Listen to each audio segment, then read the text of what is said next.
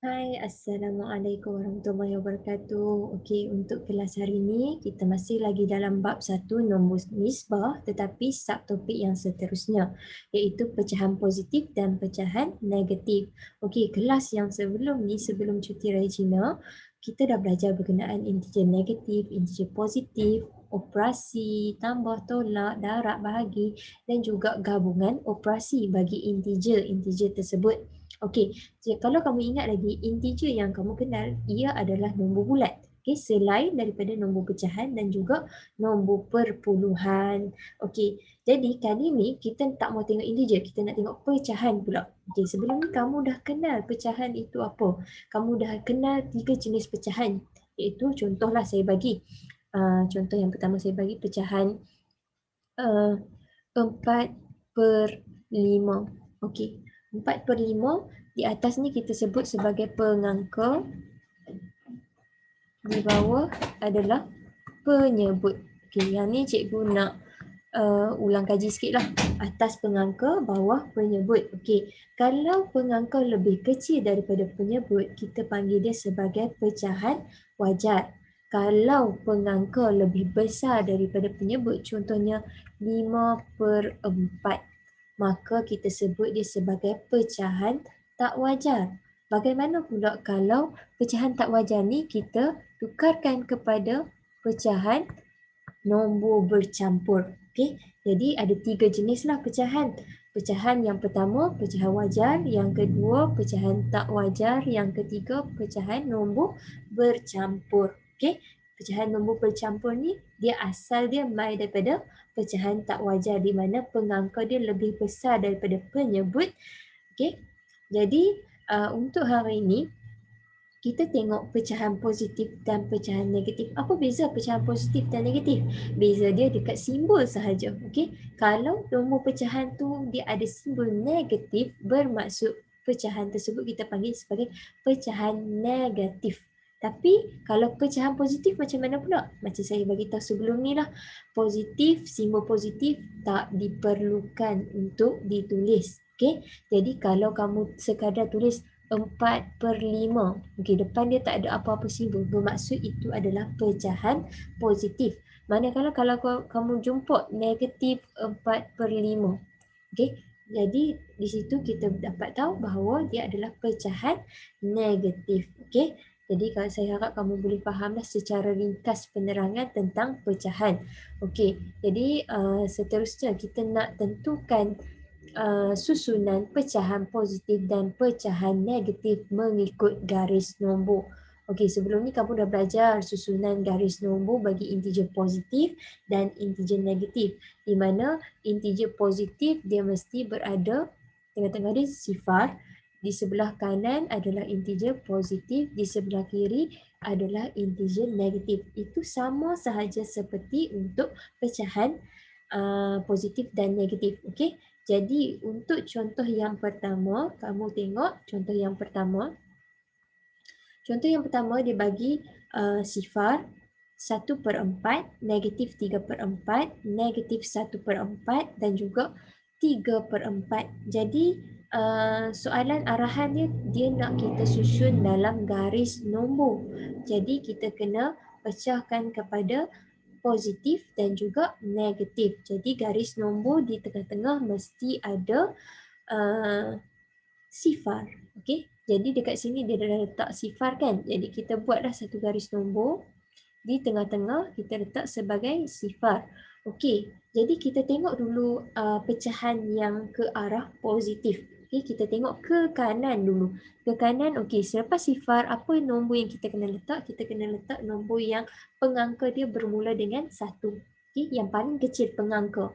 Okey, dalam nombor-nombor yang ada, nombor pecahan yang ada ni, pengangka mana yang paling kecil? Okey. Dan yang mana yang dalam bentuk positif? Okey, pecahan yang dalam bentuk positif adalah 1/4 dan juga 3/4. Jadi pengangka yang paling kecil adalah 1/4.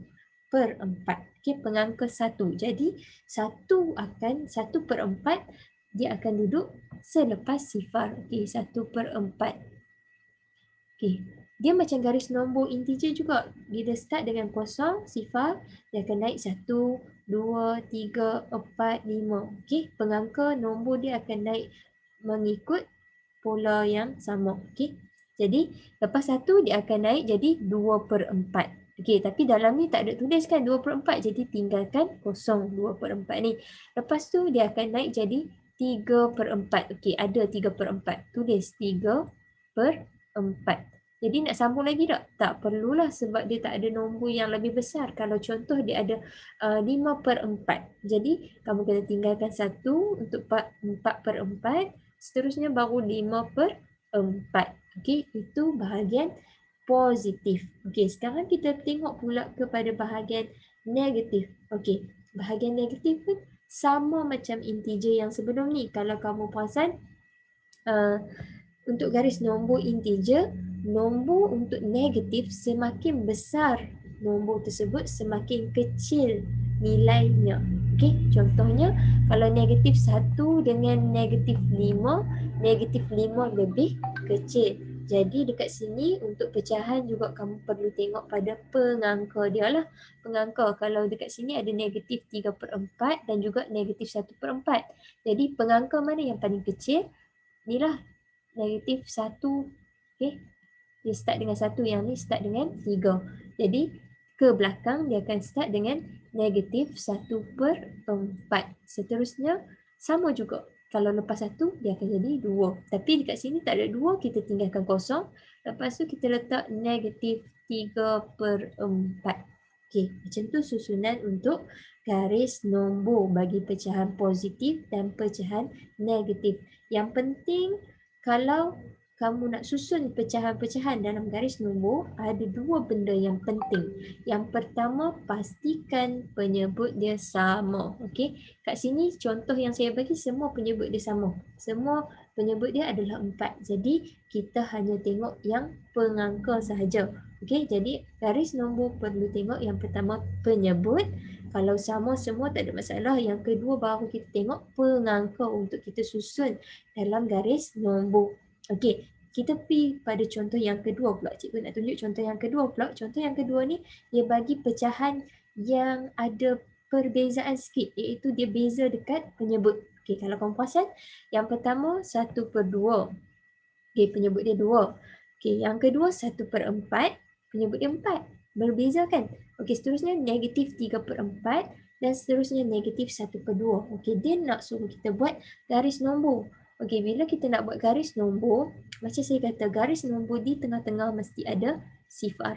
Okey, jadi kita nak tengok yang ke arah positif dulu, lepas tu baru kita tengok ke arah negatif. Tapi sebelum tu kita kena tahu dulu, kita kena pastikan dulu penyebut dia sama. Okey, sekarang ni penyebut tak sama. 2, 4, 4, 2. Okey, 1/4 dengan negatif 3/4. Okey, tak ada masalah. Sama penyebut. 1/2 dengan negatif 1/2. Okey, jadi kita samakan penyebut yang lebih besar. Okey, kalau contoh 1/2, jadi kamu samakan penyebut jadi 4. Okey, jadi macam mana nak 2 tu nak jadi ke 4? Kamu kena darab dengan sifir 2 untuk dapatkan 4. Okey, jadi kamu darab dekat sinilah penyebut 2 darab dengan 2. Okey. Jadi bila penyebut darab dengan 2, automatik pengangka pun kena ikutlah darab dengan 2. Okey, jadi dekat sini kamu akan dapat satu pecahan baru iaitu 2/4. Okey, yang ni tulis balik 1/4.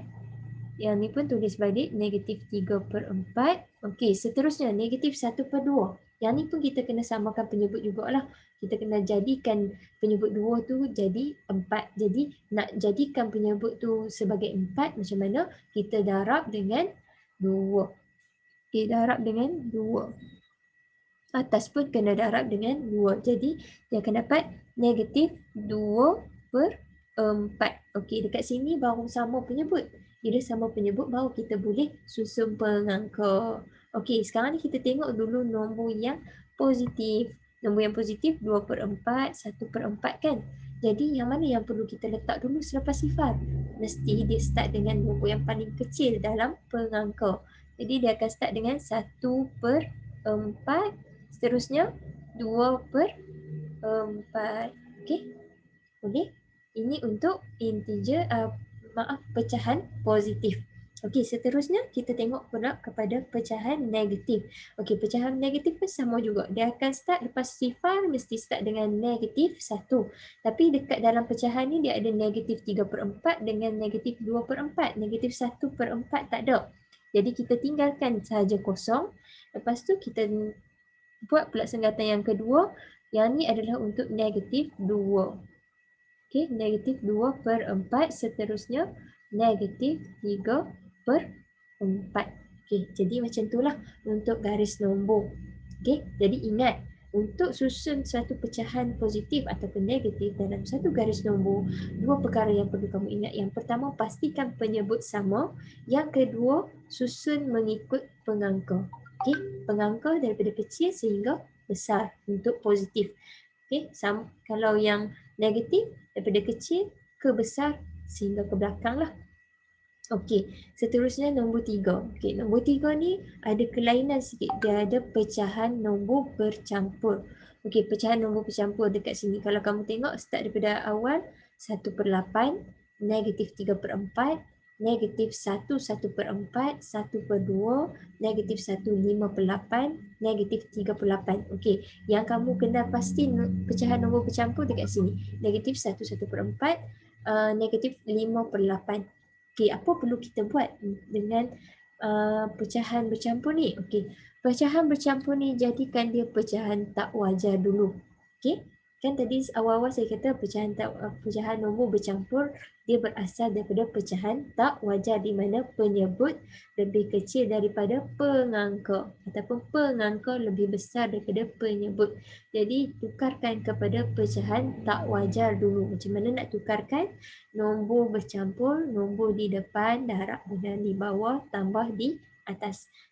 Okey, nombor di depan darab dengan di bawah tambah dengan di atas. Okey, jadi kalau negatif 1 1/4, jadi nombor di depan 1 didarabkan dengan yang bawah 1 darab 4, 4.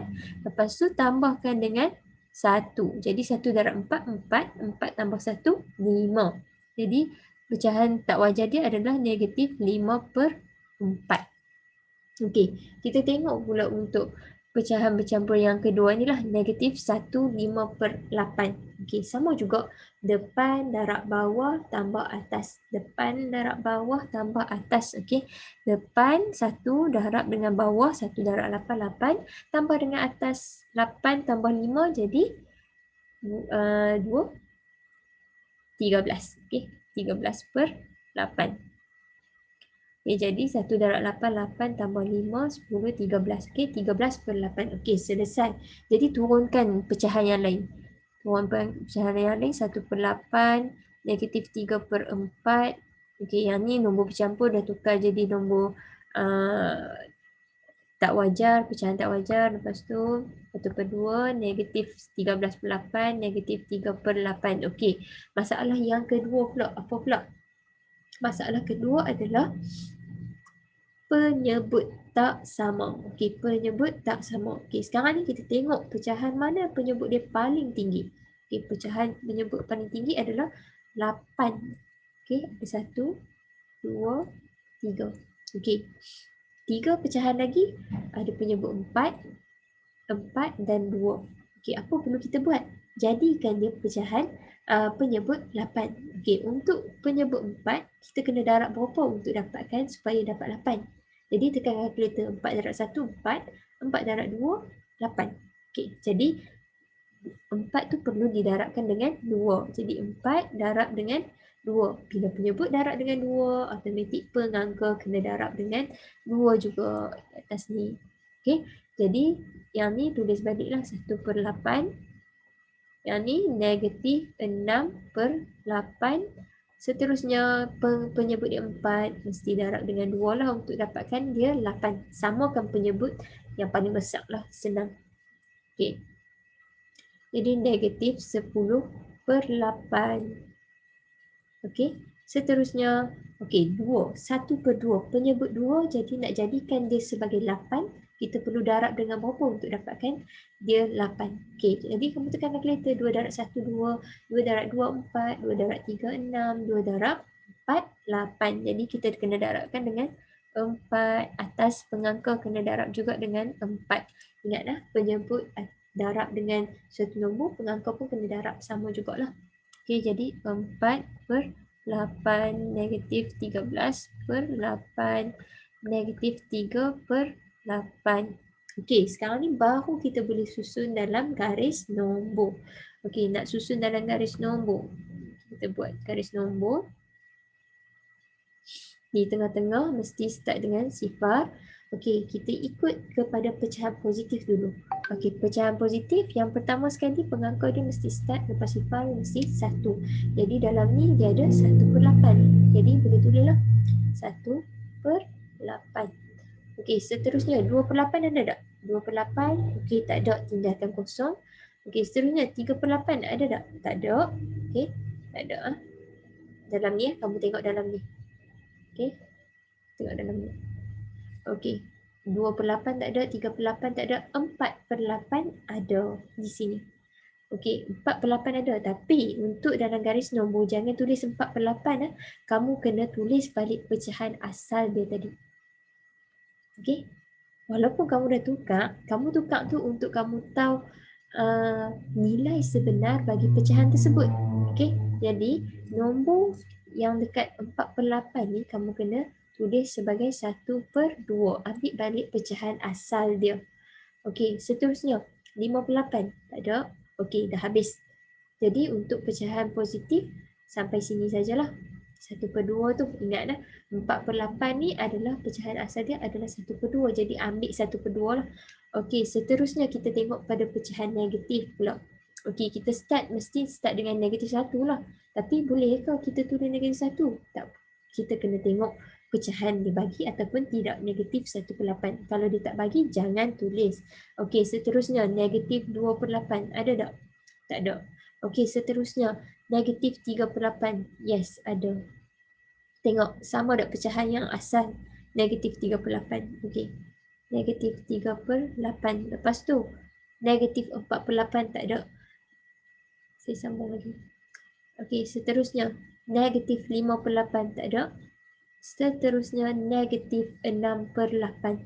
Okey, negatif 6/8, tengok balik pecahan asal dia adalah negatif 3/4. Jadi kita tulis pecahan asal dia lah negatif 3/4. Okey, seterusnya negatif 6, negatif 7, negatif 8, negatif 9, negatif 10. Okey, negatif 10 ada tak?